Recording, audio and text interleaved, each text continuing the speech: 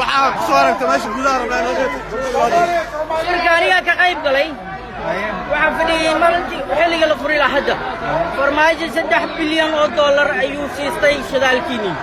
wuxuu doonayaa inuu idinku laayo ayuu doonayaa 30 qofood oo Soomaaliya ka badan meesha joogta hal qofna kama hadlin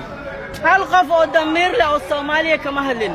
auctionku wuxuu marayaa xil lagu kala baxadar 3 bilyan dollar Soomaaliya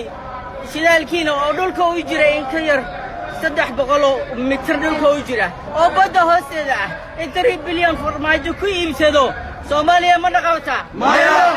maya qabata waxay tahay 3 bilyan oo dollar ma dhaqawta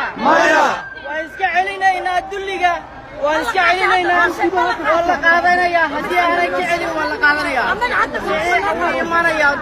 afartan kambari waa meesha joogta waxay rabaan inay qaataan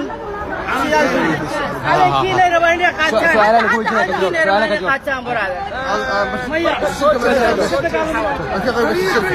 waan ka qayb galay waxaan soo galay 8 o'clock